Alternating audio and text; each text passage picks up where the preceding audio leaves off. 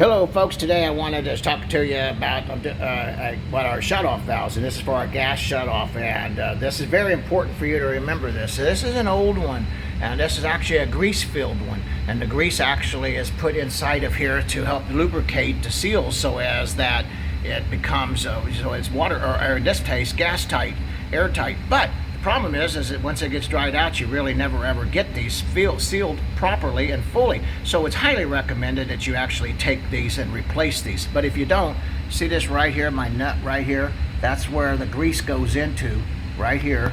If you can see it, I'm trying to point it out closer. That's what you're looking for, and that's how you tell if it's a grease shut off. And like I say, replace them for safety purposes. The last thing you want is a gas leak right here, where it goes into my hot water heater, which actually is going to blow my house up. Hey, thanks for watching our videos. Hit like and subscribe, and share with your friends. We'd appreciate you.